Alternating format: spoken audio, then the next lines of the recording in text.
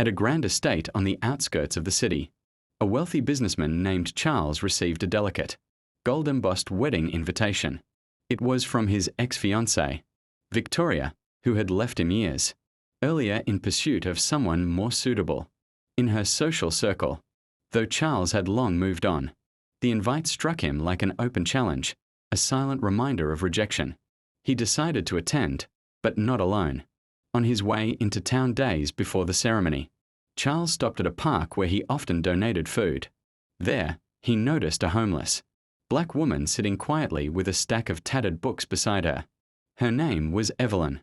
She was articulate, sharp, and carried herself with a quiet dignity despite her circumstances. Something about her presence drew Charles in. On impulse, he invited her to accompany him to the wedding. At first, Evelyn laughed it off, certain it was a cruel joke, but Charles insisted and arranged for her to be fitted in an elegant gown. When the wedding day arrived, whispers erupted the moment. Charles entered the lavish ballroom, with Evelyn at his side. She looked radiant, walking with poise as though she belonged among the wealthy guests. Victoria froze when she saw them, her smile faltering for the briefest moment before she turned back to her groom. Guests murmured, some with pity, others with judgment, wondering why Charles had brought someone so unexpected. But Evelyn didn't flinch. She held her head high, even when subtle sneers and condescending questions came her way. When asked about her background, she replied with eloquence, discussing literature, history, and art, leaving many in stunned silence.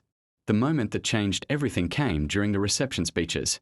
Victoria's new husband made a smug remark about people knowing their place, glancing at Evelyn as the crowd chuckled. But instead of retreating, Evelyn stood and delivered a heartfelt response. She spoke about the value of character over status, how wealth without kindness meant nothing, and how true dignity came from resilience. Her words struck the crowd with undeniable force, and the hall fell silent.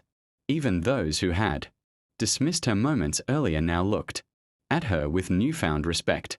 Charles smiled, proud not only of her courage, but also of the quiet lesson it gave everyone present, including Victoria.